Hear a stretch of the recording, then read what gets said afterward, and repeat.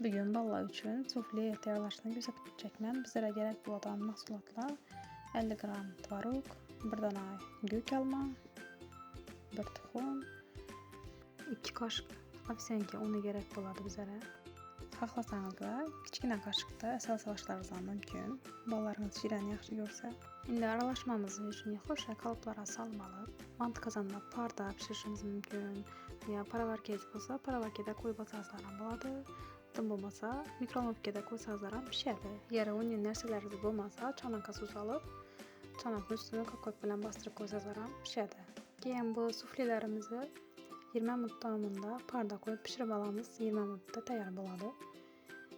Keyin 20 minutdan keyin gazni o'chiramizdan kapqog'ini ochib, biz holicha sovishga qo'yib beramiz. Nechun desa, qalbdan yaxshi ko'chishi uchun. Agar issiq vaqtida olsangiz, qalbingizga yopishib qoladi.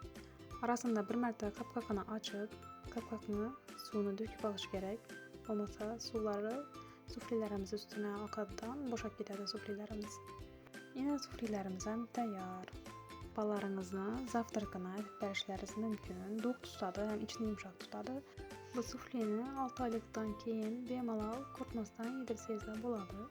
Ko'p bolalarga yoqmasligi mumkin, lekin menga yoqadi. Sizlar ham bir tayyorlab ko'rib, bolalaringizga yedirishingizni tavsiya etaman.